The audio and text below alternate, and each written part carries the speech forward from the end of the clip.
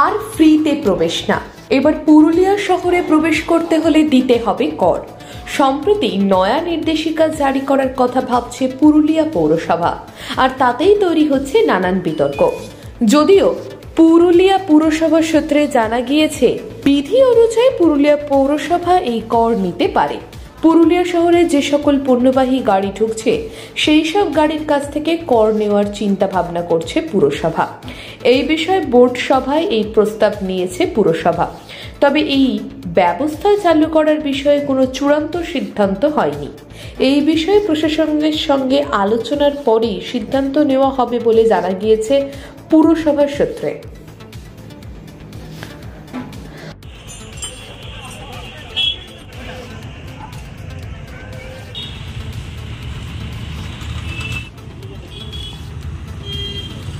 আমাদের পৌর আইন অনুযায়ী আমরা একটা প্রস্তাব গ্রহণ করেছি পুরুলিয়া পৌরসভার বোর্ড সভাতে। এটা নিয়ে আইনি পরামর্শ চলছে, প্রশাসনিক স্তরে আলোচনা চলছে। আমরা মেইন শহরের যে ঢোকার রাস্তা, সেই রাস্তায় আমরা পণ্যবাহী যে গাড়ি আছে সেই গাড়ির আমরা একটা কর ধার্য করতে চাই। যেহেতু আমরা পৌরসভাতে আমাদের যে নিয়ম অনুযায়ী পণ্যবাহী গাড়ির ক্ষেত্রে বা ট্যুরিস্ট দুটোরই প্রবিধান আছে, কিন্তু আমরা আপাতত পণ্যবাহী গাড়িটাকে নিয়েই আলোচনা করছি। এটা প্রশাসনিক স্তরে এখন আলোচনায় রয়েছে। এটা সম্পূর্ণভাবে ফাইনাল হলে তারপরেই আমরা নোটিফিকেশনটা করব। না, বোর্ড সভায় সিদ্ধান্ত গ্রহণ হয়ে আছে, কিন্তু কত টাকা রেট হবে, ভেহিকেলসের কি হবে, আমাদের যে এনএইচ রোড সেই রোডে কতখানি পুরুলিয়া পৌরসভার বিষয় রয়েছে। যেহেতু পৌরসভার অন্তর্ভুক্ত এই রোডগুলো, শহরের পরিষ্কার পরিচ্ছন্নতা ক্লিনিং এটার একটা পার্ট থাকে পৌরসভার। এই সব কারণেই পৌর আইন অনুযায়ী পণ্যবাহী গাড়ির উপরে বা আমাদের বিভিন্ন ধরনের যে কমার্শিয়াল পারপাসে যে সমস্ত গাড়ি যাতায়াত করে বা ট্যুরিস্টের ক্ষেত্রে এই ধরনের একটা ট্যাক্স ধার্য করার নিয়ম কিন্তু রয়েছে। অন্যান্য পৌরসভা এই ধরনের করেছে এবং পুরুলিয়া পৌরসভা বিগত দিনে তারকেশ চট্টোপাধ্যায় প্রাক্তন পৌরপ্রধান যখন পৌরপ্রধান ছিলেন তখন এই ধরনের বিষয় একটি চালু হয়েছিল। বেশ কিছুদিন চলেছিল, তারপরে পরিকাঠামোর অভাবে হয়তো বন্ধ হয়ে যায়। ঝালদা পৌরসভাও এই বিষয়ে কর চালু করেছিল। এখনও বিষ্ণুপুর পৌরসভা, বোলপুর পৌরসভা, অন্যান্য পৌরসভা কিন্তু এই ধরনের কর তারা ঠিক করে। তো এখন যেহেতু সম্প্রতি বিভিন্ন জায়গায় টোল বসেছে, সম্প্রতি আইমন্ডির ওখানে একটি টোল বসেছে, এই রোডেও বাঁকুড়ার ওখানে একটি টোল বসছে, ছড়রার সামনে একটি টোল বসবে। তো এইসব দেখে পৌরসভা আমরা কতখানি ধার্য করব, এটা একটা প্রশাসনিক স্তরে আলোচনার বিষয় আছে। আর সেই জন্য এই আলোচনাটা সম্পূর্ণ হওয়ার পর আমরা আনুষ্ঠানিকভাবে নোটিফিকেশন করব নিয়ম অনুযায়ী। পৌরসভার এই সিদ্ধান্তের ফলে চিন্তায় পড়েছেন ট্রেকার চালকেরা, কারণ যাত্রীদের ব্যাগপত্র তো ট্রেকারের মাথায় চাপিয়ে নিয়ে যেতে হয়। তা না হলে যাত্রীরা সমস্যায় পড়বেন। ব্যাগপত্র না নিয়ে গেলে যাত্রীরা ট্রেকারে উঠবেনই বা কেন, সেই প্রশ্নই তুলছেন তারা। পুরসভার পরিষেবা নিয়েও উঠছে প্রশ্ন। দেখো, যে লোকাল গাড়ি চলছে মনে করো, এবার কারো কয়েকটা সামান আছে, একটা সামানের জন্য কি আর ডালা গাড়ি করবে, প্যাসেঞ্জার গাড়ি নিয়ে যেতে।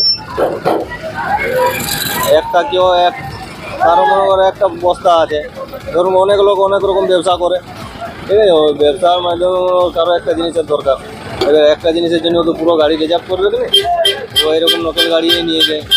কিন্তু এইরকম যদি না একটা মাল যদি লোকাল গাড়ি দেওয়া যায় তো আমাদের অসুবিধা হবে। এটা কি ঠিক মনে হয়? না, এটা ঠিক না, মোটেই না। এটা ঠিক কী করে হবে? আমাদের একটা মালের দরকার মনে করবো, একটা জন্য আমরা প্যাসেঞ্জার গাড়ি উঠাই দিই আপনার বাড়ি চলে যাই, কেউ ফোন করে বলে দিই যে একটা আমার লগে যাবে, একটা মাল আছে, একটু নিয়ে যাবো, বড় বস্তা আছে কি বড় আছে। স্যার লগে যে যেমন কি কিছু তো যেমন যাত্রীগণের মাল যেতে পারে, ব্যাগ বগেরা ওগুলা তো যেতে পারে স্যার। যার সাইকেল চড়ে আসছে তো ও তো সাইকেল নিয়ে যাবে না, বিভিন্ন বস্তা মালপত্র, বিভিন্ন বস্তা স্যার, সব পাবলিক সব যাত্রীগণের সব বটে, এগুলা যত যে সবারই চাপেছে ওইগুলারই বটে।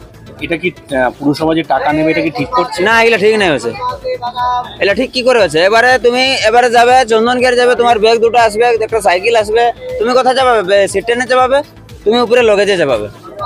তো সাইকেল তো আর গাড়িতে যায় না। স্যার বাই চান্স তোমার সাইকেল যাবে যাবার অথা দূর যাবারই নাই, এবার ভাড়া গাড়ি আমি যাবো, তো ঠিক আছে তুমি সাইকেল তো উপরে লগেজ আমাকে লাদাতে হবে স্যার। পুরসভার ভাবনার বিষয়টি শুনেছেন ট্রাক অ্যাসোসিয়েশনের সদস্যরা, তবে এই বিষয়ে কোনো বিজ্ঞপ্তি জারি হয়নি, ফলে এখনই কোনো মন্তব্য করতে চান না বলে সাফ জানিয়ে দেন পুরুলিয়া জেলা ট্রাক ওয়েলফেয়ার অ্যাসোসিয়েশনের সাধারণ সম্পাদক অমিত ঘোষ।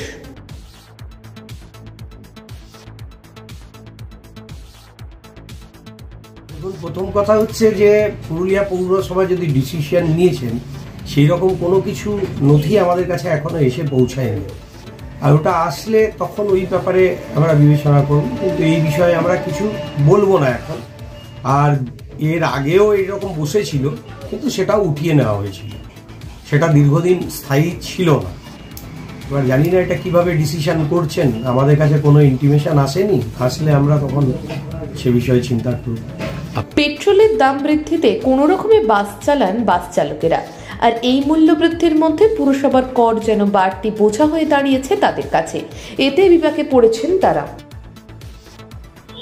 আরো গাড়ি ট্যাক্স দিয়ে তো খালাসির বেতন দিতে পারছি না, ট্যাক্স দিতে তো আর পারবই না, 3-4 দিন খালাসির বেতনই পাইনি। অসুবিধার মুখেই পড়তে হবে, ট্যাক্স দিবে না, ড্রাইভার খালাসিকে বেতন দিবে বলে। এটা ভালো হবে না খারাপ হবে? এটা খারাপই হবে, ভালো হবে। পুরসভার এই সিদ্ধান্তে কেউই সহমত নয়। গাড়ির চালক, খালাসি, কন্ডাক্টর থেকে মালিক সকলের প্রায় একই বক্তব্য, এই কর নেওয়া উচিত নয় পুরসভার। তবে পুরুলিয়া পুরসভার কোষাগারের অবস্থা খুবই খারাপ, তাই পুরসভা চাইছে পুরো বিধি মেনে বিভিন্নভাবে আয়ের রাস্তা বাড়াতে। তাই পুরুলিয়া শহরে পণ্যবাহী গাড়ি ঢুকলে কর নেওয়ার প্রস্তাব নিয়ে ভাবনা চিন্তা করেছে পুরুলিয়া পুরসভা। পুরুলিয়া থেকে বিশ্বজিৎ সিং সর্দারের রিপোর্ট, পুরুলিয়া মিরর।